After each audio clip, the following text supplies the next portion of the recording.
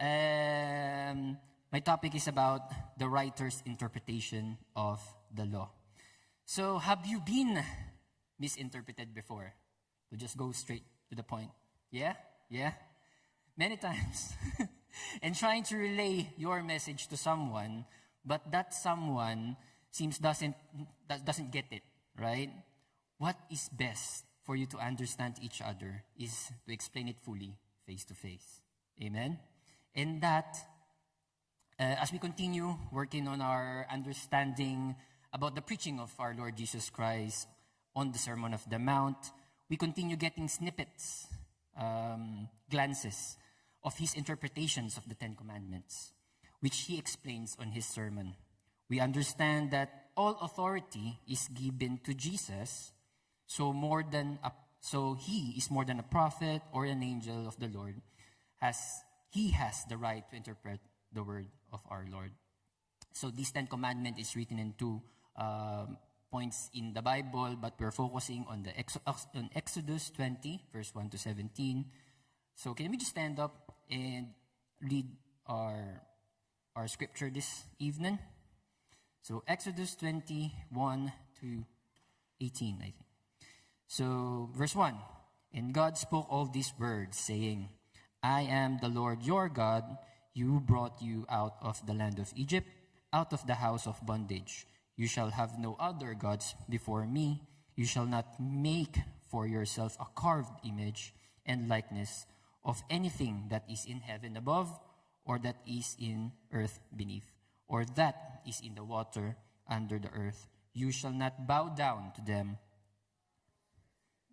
For I, the Lord your God, I am a jealous God. To the third generation, fourth generations of those who hate me, but showing mercy to thousands to those who love me and keep my commandments. You shall not take the name of the Lord your God in vain, for the Lord will not hold him guiltless who takes him.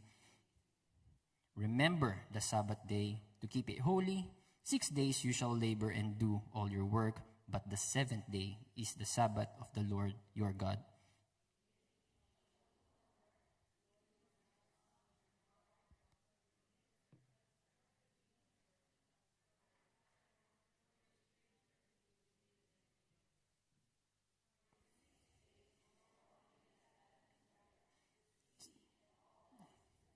And rest the seventh day. Therefore the Lord blessed the Sabbath day and hallowed it. Honor your father and your mother, that your days may be long upon the land which the Lord your God is giving you. You shall not murder, you shall not commit adultery, you shall not steal, you shall not bear false witness against your neighbor. You shall not covet your neighbor's house, you shall not covet your neighbor's wife, nor his male servant, nor his female servant, nor his ox or his donkey, nor anything in her neighbors. Amen. Can we just have in the prayer, and let's feel the presence of our Lord. Thank you, Father God, for tonight, for the scriptures that you have given to us, the 10 commandments, Lord. Lord, let's understand these commandments in the eyes of Jesus. Lord, thank you for the people who are willing, Lord, despite of the bad weather, they are willing, they are capable of doing and listening to your words, Lord. And for the people who are viewing online, Lord, that the word today minister to them, to us, Panginoon, so we can apply it in our daily lives. In Jesus' name we pray.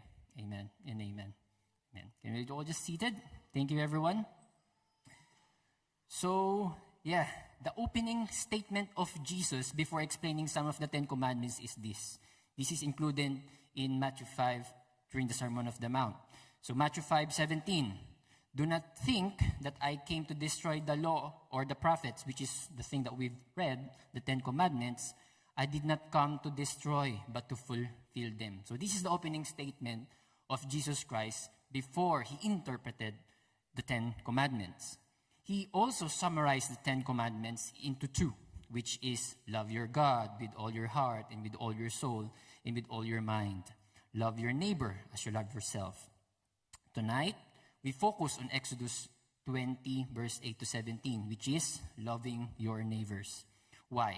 Because last Sunday, if you was here or just browse online and go back to the last Sunday preaching, we already talked about being blessed. That blessedness comes from God, and our response is to love Him back with all our heart and with all our mind and soul. Amen? We believe that the Word of God is Jesus, right? So before we understand this one, we have to think the authority of Jesus Christ first. So believe that the Word of God is Jesus and He is God. Amen? We are having this understanding in how we should interpret everything in the Bible, including the Ten Commandments. So we should interpret the Ten Commandments according to whom? To the writer. That's the reason why our topic for today is the writer interpretation of the law. So first commandment, which is loving our neighbors, is the fourth commandment, Exodus 20, verse 8 to 11. Keeping the Sabbath day holy. Verse 8, remember the Sabbath day to keep it holy. 6 days you shall labor and do all your work. But the seventh day is the Sabbath of the Lord your God. In it you shall do not do any work, nor your son, nor your daughter, nor your male servant, nor your female servant. Am I reading the right thing? No, nor your cattle, nor your stranger who is within your gates. In short, people who work for you. For in 6 days the Lord made the heavens and the earth, the sea, and all this is in them, and rested on the seventh day. Therefore, the Lord blessed the Sabbath day and hallowed it. Explaining it, during the ministry of Jesus, He likes to do miracles, right? He likes to do miracles. Some of His miracles are done during when? The Sabbath day. Why? Which angers the temple leaders, the temple elders, considering as it is against their law to do the works. So let us enumerate those miracles that Jesus did during the Sabbath day. First was in Mark 3, a man with a withered arm. Second, in Luke 13, which is a woman with a disabled spirit for 18 years. For 18 years, he was having this trouble with the spirit. She has these demons inside her. Luke 14, a man who has dropsy, or in ancient times, it's an abnormal swelling. Probably he's got heart disease or kidney failure. So, fourth one is on John 5, which is Jesus healed the invalid for 38 years. Imagine, 38 years he's been invalid at the pool of Bethsaida. And then last one is in Luke 4, Simon's mother-in-law. Men's interpretation of the law is so shallow that it is almost fraud. Can you say that? Fraud. They focus on the traditions rather than the actual meaning of the word itself.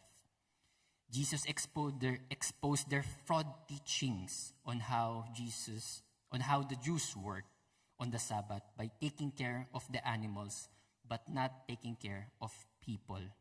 And that work was sanctioned by them. That work was sanctioned by the Pharisees and the Sadducees. In the old times, in their agrarian society, animal care was a major part of a normal day. Jesus points out on their willingness to work on the Sabbath day to help their animals, let them untie, and let them drink.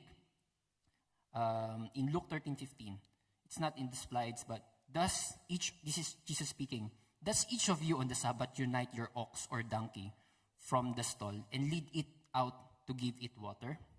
And he rightly calls out their hypocrisy for denying aid to a daughter of Abraham.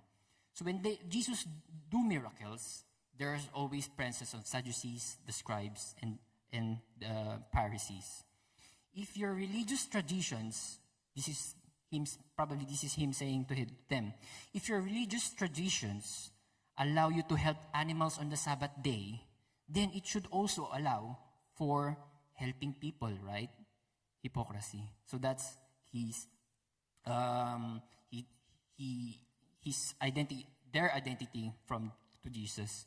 When Jesus healed on the Sabbath day, he is also challenging the religious leaders with the question of doing good or evil on the Sabbath day. Mark 3, verse 4. Which is lawful on the Sabbath? Do good or to do evil? To save life or to kill? Right? So I would just like to show this slide, and it shows how they twisted, how they added some of traditions in the early days. So this is the teachings of the Pharisees during the Sabbath day. This is the restrictions. You shall not write, erasing, tearing, conducting business transactions, shopping, cooking, baking, kindling a fire, gardening, doing laundry, carrying anything for more than 6 feet in a public area, moving anything with your hand, even indirectly with a broom, a broken bowl, flour in a vase, candles on a table, raw food, a rock, a bottom that has fallen off. You could move things with your elbow or your breath, but not with your hands. This is just a small portion of the things that they added during that time. So imagine that. They are limited with things that they can do on the Sabbath day. But helping people or doing miracles for them, they condemn. God's purpose should trump men's traditions. Amen? In Mark 2:27, and he said to them, the Sabbath was made for man. The Sabbath was made for man and not for the Sabbath. Another reason Jesus healed on the Sabbath was to remind people of why God instituted the Sabbath's day of rest. The Sabbath was meant to benefit people as much as to glorify Him, God. The Sabbath helped people recuperate mentally, as what the demon-possessed lady, and physically, as what the troublesome 38 years old paralyzed. After a week of work and redirecting their focus from the daily routine of God. So He healed those people who need healing because they've been working all throughout their days, throughout their lives. And that Sabbath day is their rest. Amen. Jesus' healing on the Sabbath was therefore very much compatible with God's purpose of the Sabbath day. As people who were suffering and working all through their lives 24/7, they find rest in Jesus' healing during the Sabbath day. And in that day, they found the rest that they needed, that it was meant to be intended in the first place. The answer to help has no calendar. Can we just say that? The answer to help has no calendar. Be open in helping. Amen. Fifth commandment in Exodus 20 verse 12. Honor your father and mother. Honor your father and mother, that your days be long upon the land which the Lord your God is giving you. We have expounded this commandment during Mother's Day and Father's Day, I believe, in the past. So see the preaching in the past to have more in-depth knowledge about it. Today, we will talk about the misinterpretation and how Jesus explained to them the fabric of the commandment should be. So it looks like the transgression of the Pharisees or the temple leaders is like there because they are the best example on how to explain God's word, isn't it? In Mark 7:11-13, Jesus said, were the temple elders teaching about the Korban, which is a gift to God, prevents the Jews to support their parents. Korban means the word describes something to be offered to God or given to the sacred treasury in the temple. So if you've been laboring for like a month or a week, this salary that you've reached, temple leaders said it should be korban. Give it to the church. Give it to the temple. It's something that they preach during those days. Whatever might have been used to provide for aging parents could be dedicated to the temple treasury instead. See how they twisted it? See how they twisted tithing and giving? Saying it is korban would accept a person from his responsibility to his parents. In other words, the Pharisees took a legitimate korban offering and used it in an illegitimate and devious way to defraud their parents and enrich themselves. Thus, the law of God was nullified. When they put actual commandment, honor your parents, they put on top things, traditions, that nullified the actual word of God, which is honor your parents, right? Jesus set the best example to honoring his parents. Amen? Can we agree on that? He honored his earthly mother, Mary. When Jesus turned water into wine during the wedding in Cana in Galilee, upon Mary's request, Jesus' miracles started. He did not embarrass her mother's faith in him. And that begins Jesus Christ's miracles. Manifested his glory. His disciples believed him, started there. Jesus honoring his mother up to his last breath. How can we explain that? In John 19:26-27, this is where Christ is already crucified. When Jesus therefore saw his mother, which is Mary, the disciple whom he loved standing by, which is John, he said to his mother, "Woman, behold your son." Then he said to this disciple, which is to John, "Behold your mother." And from that hour, the disciple took her to his own home. Why? Despite having brothers who do not believe him, according to John 7:5, there's James. Jesus is not the only son of Mary. After Jesus, there are James, there are his brothers. But during this time, they abandoned Jesus. They're not even present during his crucifixion. For Jesus knows that her mother will suffer greatly as a widow in that time. I think we talked about that when we elaborated how widows have lived in Jesus' time. If no one will take care of Mary, she will be in a horrible life begging alms and will be included with the discarded members of the society, which are orphans, lepers, etc. Despite knowing his future on the cross, he continued also to glorify his Father. How many times did Jesus pray to the Father before his crucifixion in the Garden of Gethsemane? How many you think? 3 times. It shows how Jesus was restless, sorrowful, and deeply depressed. He uttered the same words 3 times. These are the words, "Oh, my Father, if it's possible, let this cup pass from me. Nevertheless, not as I will, but as you will." And 3 times he had the same decision, that his Father's will be fulfilled through him. Amen. So that's how we honor our mother and our father, our parents. The 6th commandment, Exodus 20 verse 13, "Do not murder. You shall not murder." Jesus talks about murder begins in the heart during the Sermon on the Mount in Matthew 5:22. "But I say to you that whoever is angry with his brother without a cause shall be in danger of judgment."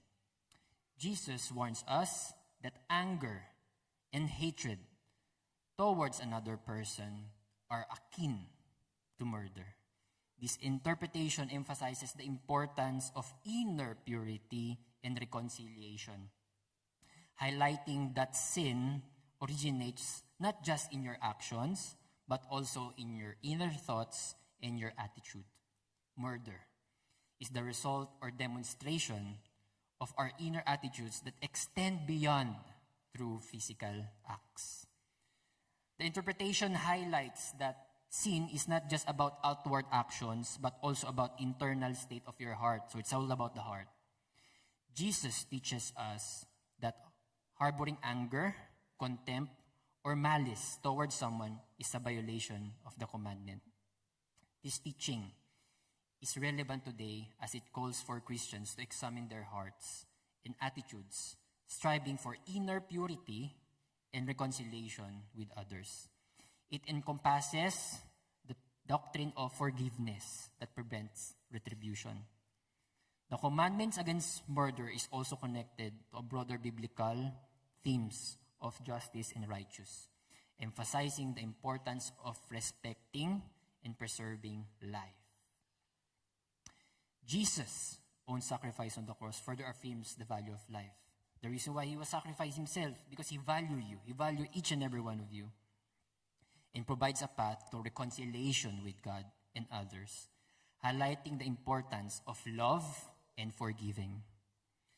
So I have these informative facts. No? I've been researching these things, and it comes into my mind. So there is a study done in US-based. It's a US-based Pediatric Nursing Association. Their association is called National Association of Pediatric Nurse Practitioners. So in the US, everyone knows the US. There's a high percentage of reported school shootings, and in the studies, they come to a fact, and they interviewed these people that they're being bullied. These shooters, they're being bullied, which may have contributed to their desire to cause harm to others and violence to others. Out of the 35 shooters examined by the National Threat Assessment Center, 80% of them were victims of bullying by their classmates. 80%. When I was in high school, 75% of my grades is enough. But this one is really big. 80%. So over 60% of them are experiencing in-person or online bullying. So in that, let us be aware of our children. If we notice or someone has notified us that either our child is a bully or is being bullied, we must take it seriously and act on it. We do not want resentment and anger to cultivate in their baby lives, in their young lives, and will result in violence. It is the same to us, youth, and adults alike, that we should treat one another with respect and dignity. That promises life and peace. Amen. To the seventh commandment, Exodus 20, verse 14. No to adultery. You shall not commit adultery. In Matthew 5:8, in the Sermon on the Mount, Jesus explained this. But I say to you, whoever looks at the woman to lust for her has already committed adultery with her in his heart. So it's all about the heart again, people. Adultery is not just by actions, but also by thoughts. It is also connotes spiritual unfaithfulness to God. During the conversation with Jesus and the Pharisees, Jesus mentioned that the current generation is evil and adulterous. In John 12:39, an evil and adulterous generation seeks after a sign. The Pharisees and the Sadducees, they are really the best example on what not to do, isn't it? These Pharisees were the spokesperson of the entire generation of unfaithful and unbelieving people. That's why Jesus called them evil and adulterous generation. Why evil? They considered them as evil because the reason only why they engage conversation and ask questions to Jesus is for him to slip in blasphemy that would be punishable by death during their time. So their intention of having a conversation with Jesus is with the intent of killing him. Why adulterous generation? Refers to the Old Testament concept of that adultery or sexual infidelity. In a spiritual sense, it's equivalent to apostasy or idolatry. They were hailed as adulterous generation by Jesus by not sexual identity, by not sexual infidelity, but their apostasy. What is apostasy? It's an act of involving turning away from the teachings of God, rejecting the core God doctrines, or embracing other religions or ideologies. In that, the Pharisees added traditions on top of what already the law of God as identified. It shouldn't be nothing to follow after that. They emphasize following traditions, embracing other teachings and beliefs that is different to God's word. In fact, when Jesus answered their questions, they become silent and flee away. They always ask questions to Jesus. They always challenge Jesus. But when Jesus answered, they become silent. They're speechless. We shouldn't be aware of cults in our current generation. We should be aware of cults on our current generation, where some religious teachings continue to highlight traditions are greater than the Word of God. As believers of Christ, we should not be ashamed of preaching the word of truth, in that it is our greatest mission to spread the gospel of good news of God. Jesus said, Mark 8:38, "For whoever is ashamed of me and my words the word of God, in this adulterous and sinful generation, of him the Son of Man, which is himself Jesus Christ, also will be ashamed when he comes in the glory of his Father with the holy angels. So do not be ashamed, church. So I have this question. Are we not declaring to the world that we are already married with Christ, but still welcome and continue to find things that will deflect our attention to him?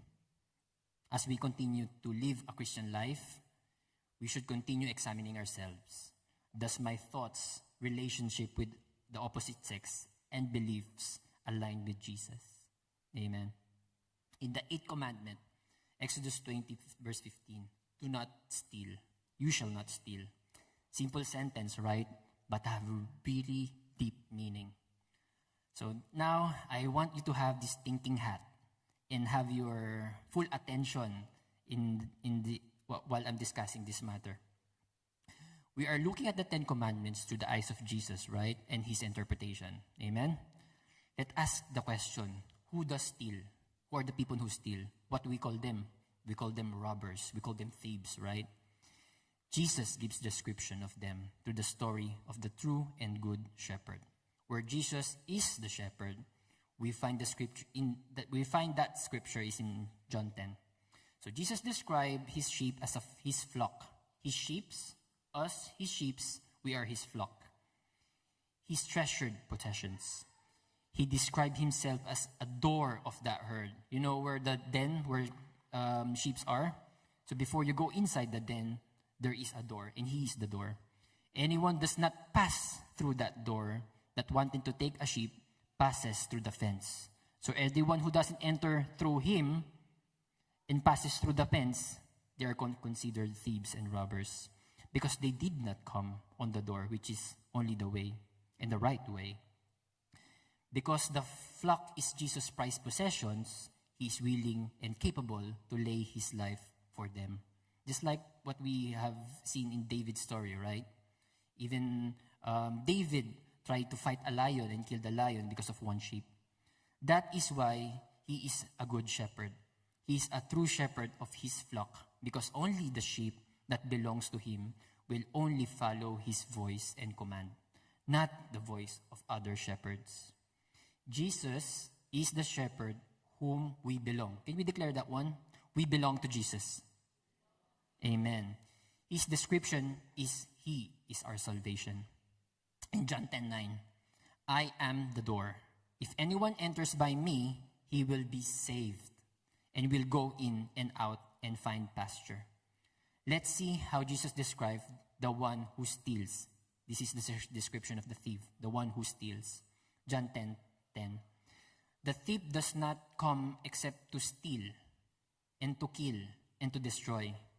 This is the description that Jesus talks about in the Sermon of the Mount about false prophets.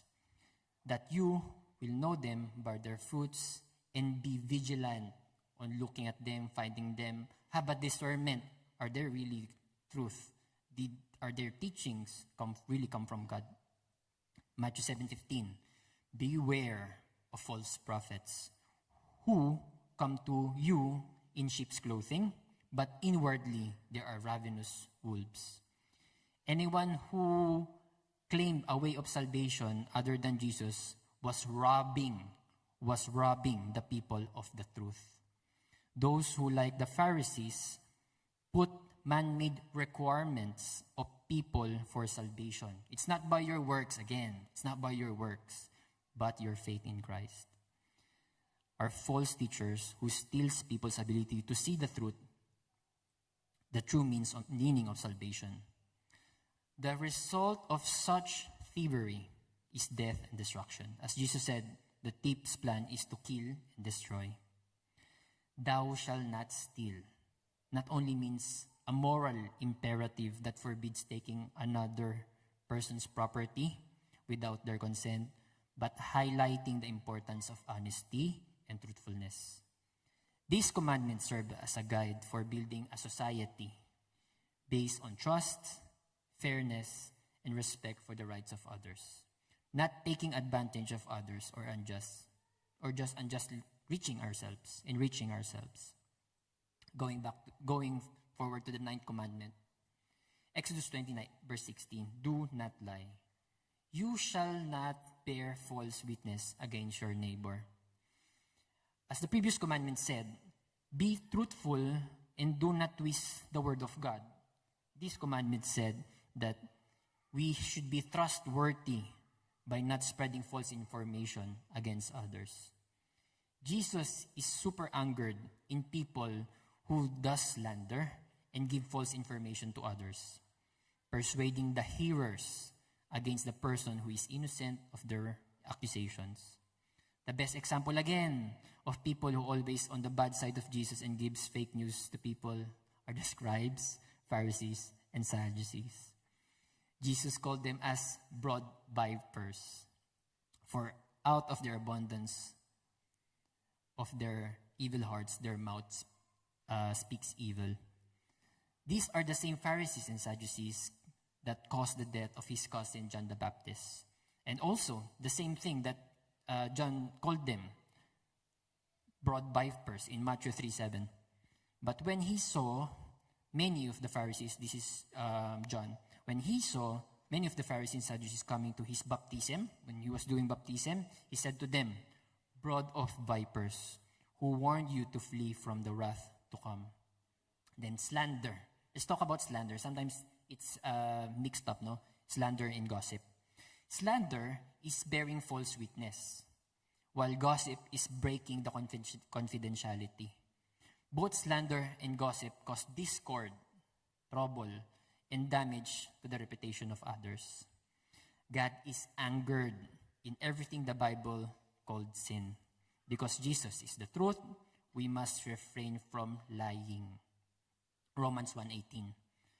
But God showed his anger from heaven against all is sinful, wicked people who suppress the truth by their wickedness. See, church, lies harm people either intentionally or unintentionally. False witness killed Stephen and they stoned him to death. Naboth, who's Naboth? This is during Ahab's time. The rightful owner of the vineyard that Queen Jezebel wanted to procure was killed due to false witness. Innocent people die due to slander and gossip. So this is the verse that strikes to me. We will see that the Lord's view of what is called abomination, what he detests. Abomination, the synonym of abomination is detest. There are 6 things in Proverbs 6:16-19. There are 6 things the Lord hates. No, 7 things he detests. Haughty eyes, a lying tongue, hands that kill the innocent, a heart that plots evil, feet that race to do wrong, a false witness who pours out lies, a person who sows discord in his family. So these are the things that God doesn't want us to do or wanted us to have. Don't do chismis. In the 10th commandment, Exodus 20:17, do not covet. You shall not covet your neighbor's house. You shall not covet your neighbor's wife, nor his male servant, nor his female servant, nor his ox, nor his donkey, nor anything that is your neighbor's. What covet means? In Hebrew, it's called chamad. To lust, to have strong desire. A strong desire of things you do not possess. Covetousness is equal of having a lustful, excessive desire as adultery. Sometimes it's closely related to envy. Envy is closely related to covetousness. Envy causes Cain to kill Abel. Esau envied his brother Jacob that caused God to hate Esau, no? Saul envied David's success that caused him to plot evil against him. And the temple leaders envied Jesus' popularity that caused them to persecute him. Nothing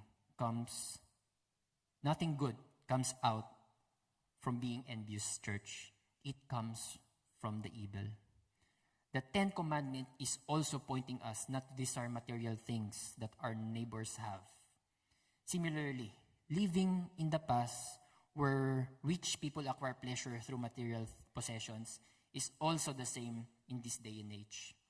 As people think money can buy everything, people replace God with money.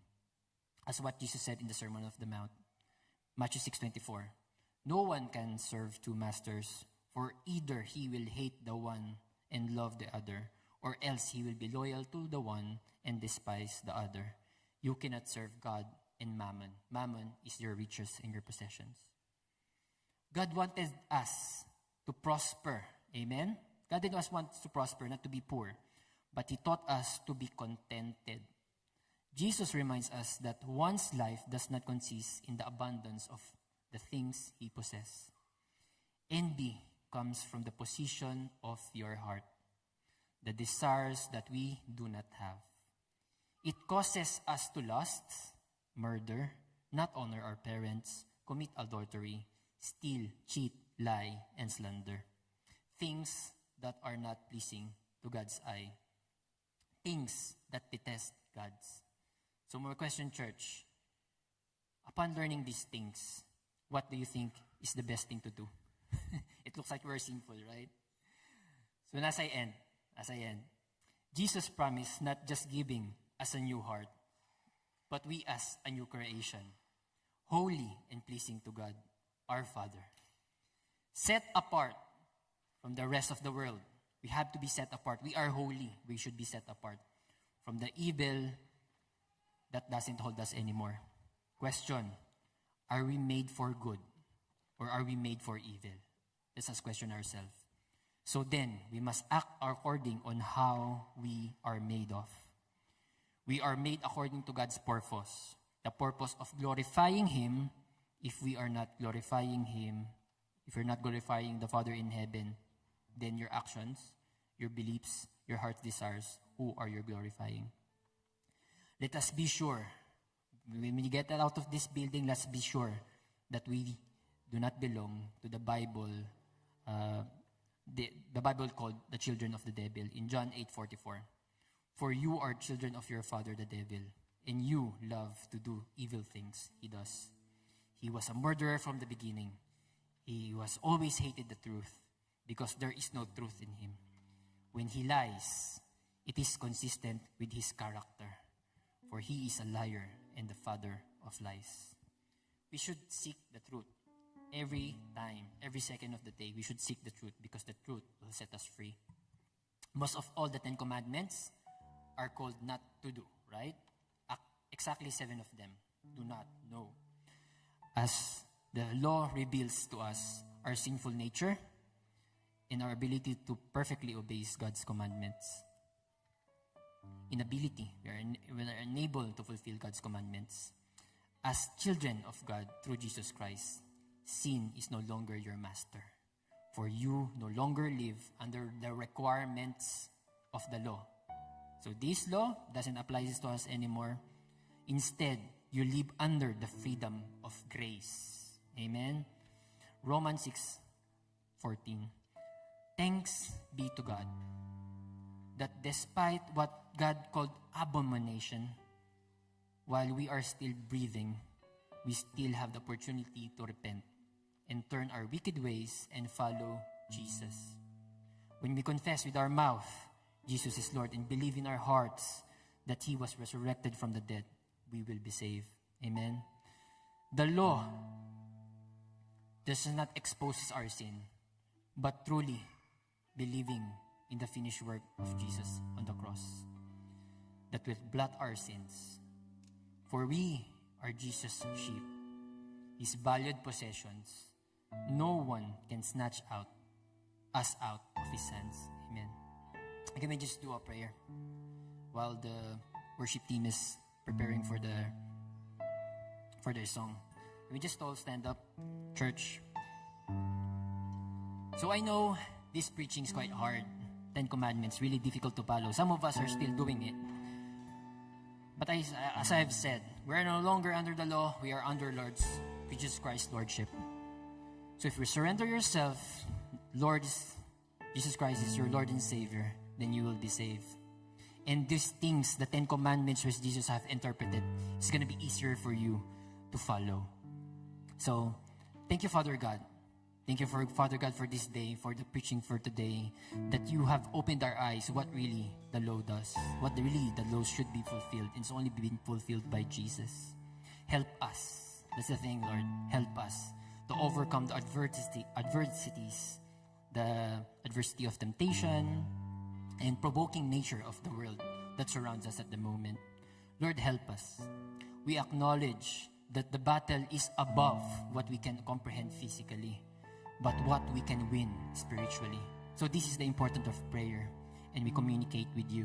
Lord, we give importance on communicating with you through prayer.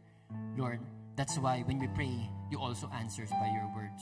Lord, thank you for the hearts of these people that they Lord, it's the weather today is really bad. It's raining, but they have this willingness to learn your word. Some of them have the capability of coming here, but not have the willingness to hear your word. So bless the souls of these people who is willing, Lord, and is capable, Lord, for you give double portions to them, Lord, their understanding. In Jesus Christ, we hold our hope and future in eternal life. As I've said, church, salvation doesn't start when you die physically, but it starts when you already accepted Jesus Christ as your Savior. So as you consider yourself God's children, you're already living your world eternally with Him. So in this, we pray in the mighty name of Jesus. Amen and amen.